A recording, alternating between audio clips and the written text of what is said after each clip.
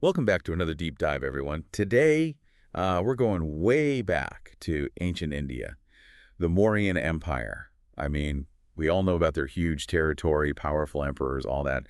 But, what really gets me is how they ran their economy. Yeah, it was really And something. it's like they had this massive, complex system, all geared towards keeping things running smoothly in a mostly farming society. Right. By the end of this deep dive, you'll get why their policies weren't just about, like, taxes and grain. Yeah. It all ties into dharma, social order, Yeah. even how empires are built in the first place. What's interesting is these big empires, they don't just kind of pop up out of nowhere. Right. Before the Mauryas, you had the Mahajanapadas, basically kingdoms that came about as folks transitioned from like nomadic life to settled agriculture, like between 600 and 300 BCE. Huge shift, right. Yeah, imagine the changes and the opportunities during that time. So it's like they're figuring out farming on a bigger scale, and that means they need new ways to govern. Right. Exactly. All of a sudden, you need systems for land ownership, taxation, dealing with all those extra crops, even laws to, keep everything running smoothly. The Mahajanapadas were kind of like the testing ground for what the Mauryan Empire would eventually perfect. Interesting. And it's no coincidence that this was also when the Vedas were being composed, those ancient Hindu texts. So you're saying those big ideas like dharma and karma, they actually shaped how these early kingdoms were run. Absolutely. Dharma is kind of like your cosmic job description, your duty based on where you fit in society. And karma is like your cosmic scorecard, keeping track of what happens based on what you do. This wasn't just some abstract philosophy, this stuff was woven right into how they governed. Okay, so we've got this groundwork. Then comes the Mauryan Empire, around 322 BCE. They inherit these systems, but what did they do differently? They got really strategic, centralized. Think of a massive network of officials, everyone following the same procedures, clear lines of authority. This let them manage their farming economy in a way that was super efficient. So it wasn't just about collecting taxes. They were actually like managing the whole system. Right. They knew that land was the key to their wealth and power. Makes sense. So they put these land reforms in place, and honestly, they were way ahead of their time in terms of how sophisticated they were. Think like detailed land surveys. They assessed how productive the land was and then set tax rates based on that. So like an ancient version of a property tax? Yeah. Did it actually work? It worked amazingly well, guaranteed a steady flow of revenue for the state, which they then used to, fund public works, maintain their army, and most importantly, put that money back into agriculture.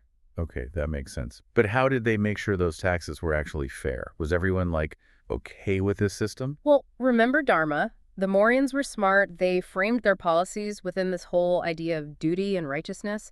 So paying taxes wasn't just about money. It was about fulfilling your dharma to support the state. And the state, in turn, was upholding cosmic order. Clever. So they're using this belief system that's already so deeply rooted to ensure stability. But land is just one piece of the puzzle, right? What about other resources? Oh, they knew how important resource distribution was, especially when it came to water. The Mauryan Empire put a ton of resources into irrigation, like huge canals, reservoirs, systems to manage water flow, especially along the Ganges River, which was so fertile. I can see how that would be crucial for an agrarian economy. Yeah. But was it just about being practical, or was there more to it?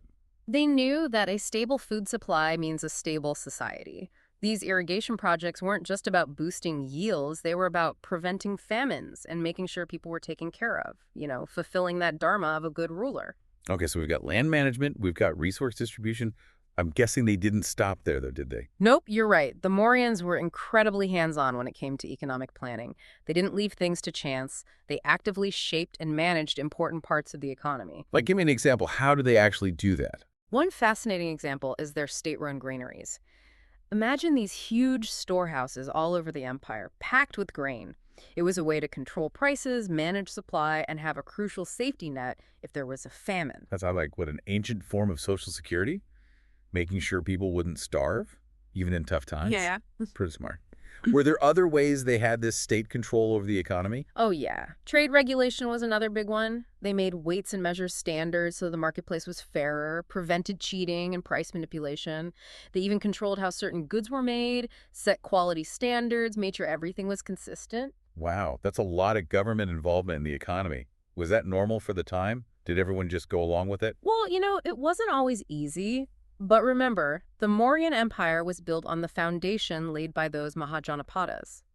The idea of a strong central authority managing important parts of life was already there, built into the way society worked. Right, so it wasn't like some radical shift. It was more like they took existing systems and made them better, scaled them up to manage a whole empire. Exactly. And the Mauryans were masters at using the existing social and religious structures to their advantage.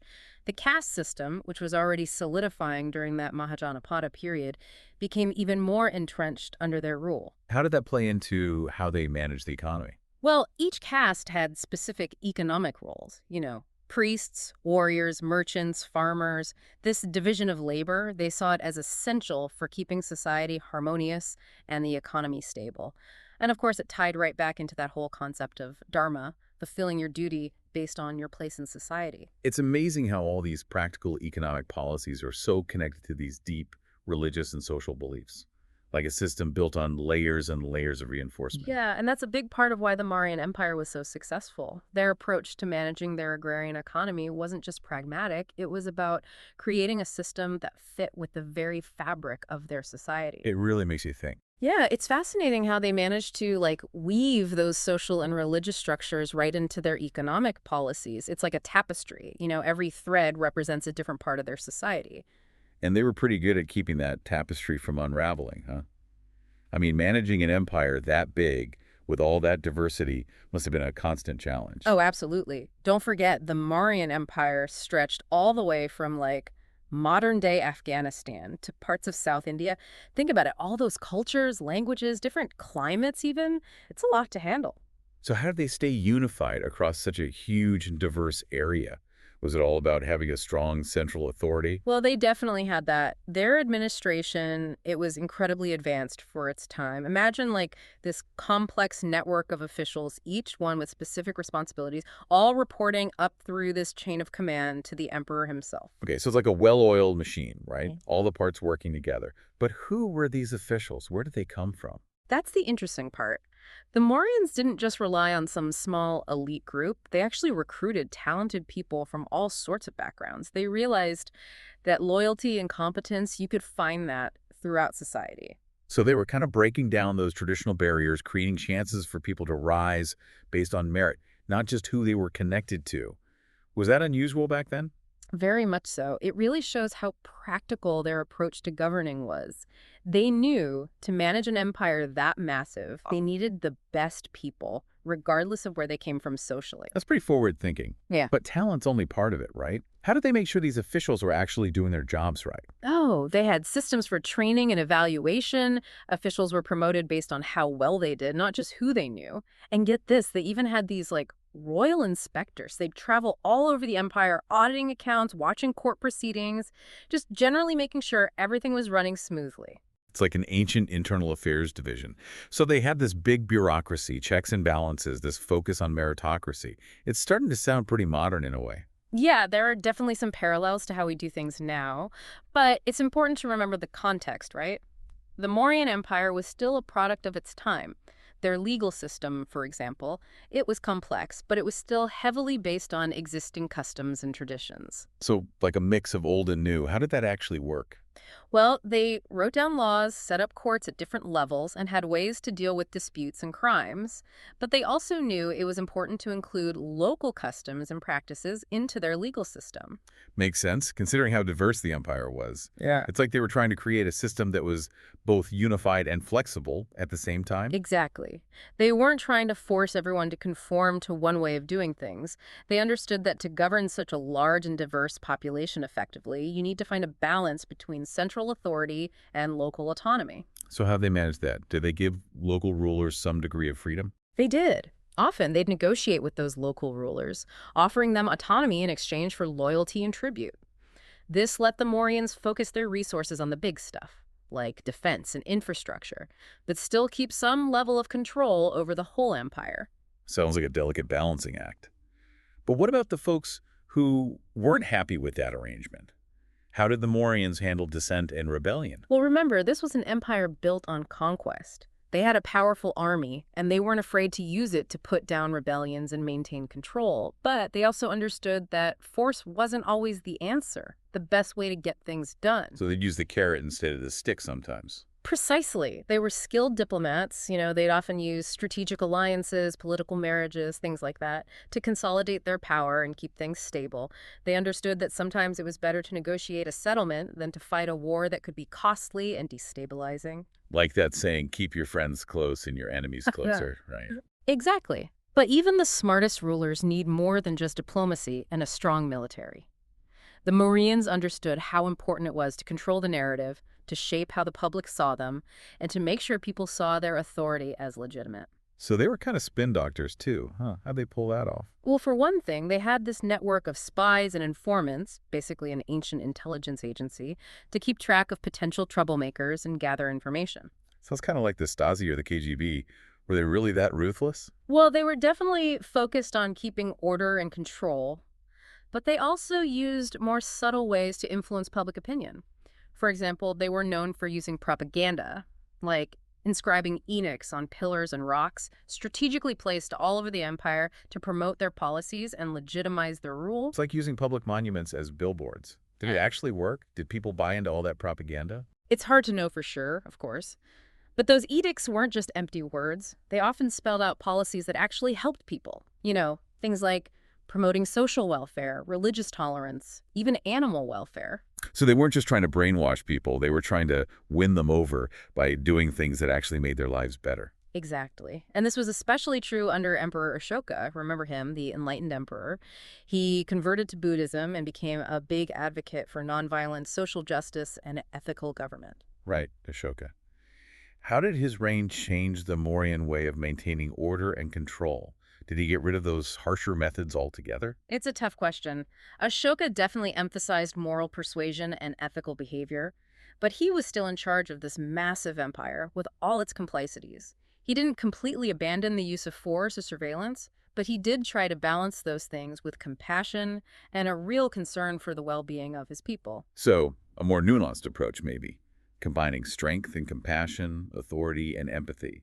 Exactly. And it's this complex interplay of factors.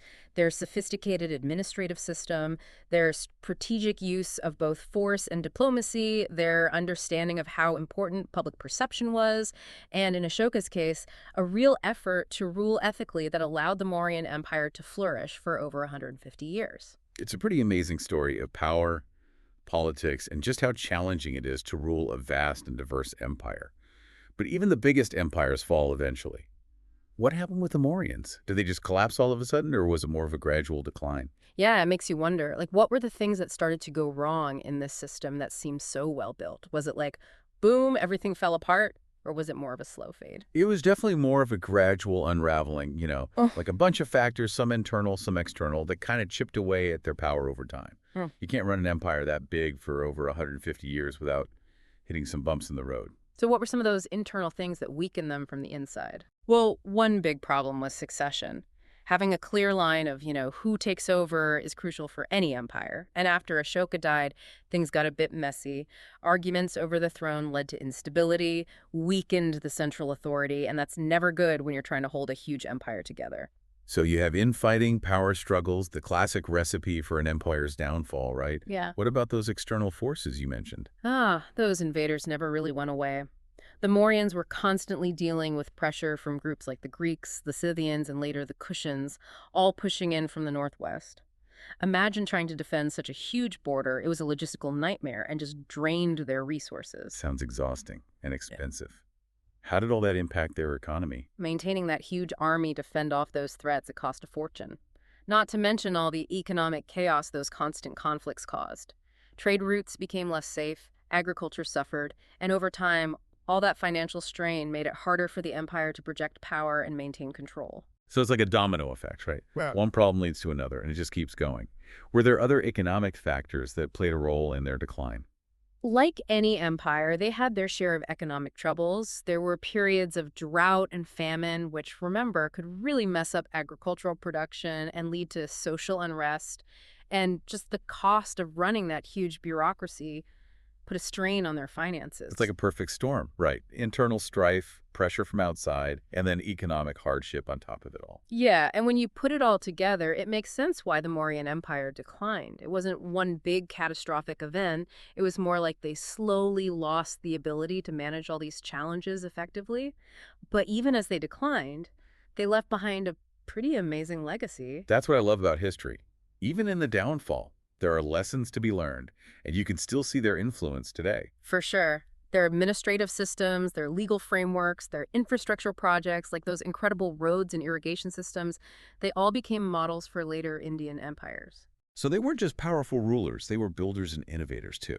Absolutely. And their cultural impact was huge. The Mauryan period saw this flowering of art and architecture, a lot of it thanks to Ashoka's support of Buddhism. Those incredible stupas, pillars, sculptures from that era, like the famous lion capital of Ashoka, they show just how much they achieved culturally and artistically. You see those images everywhere, even now. And of course, there's the spread of Buddhism itself. Oh, yeah. Ashoka's support for Buddhist missionaries and his push to spread Buddhist teachings, that was key in turning Buddhism from a regional faith into a world religion. That's a pretty significant legacy to leave behind. It really is. So even though the Mauryan Empire eventually fell, they had a long-lasting impact on history, not just in India, but all over the world. What a story. It is. It reminds us that even those ancient civilizations, the ones that seem so far removed from us, they were dealing with challenges that are still relevant today, like how to manage diverse populations, how to keep the economy stable, how to deal with complex geopolitics. It's all there in the story of the Mauryan Empire. And their story shows just how powerful ideas, innovation, and the human spirit can be. It's been an amazing journey back in time with you, exploring this incredible civilization. I hope our listeners enjoyed this deep dive into the world of the Mauryan Empire as much as we did. Me too. It's a good reminder that history isn't just about names and dates. It's about understanding those forces that have shaped our world and that are still shaping our lives today. Absolutely. Well, on that note, it's time to wrap up our exploration of ancient India.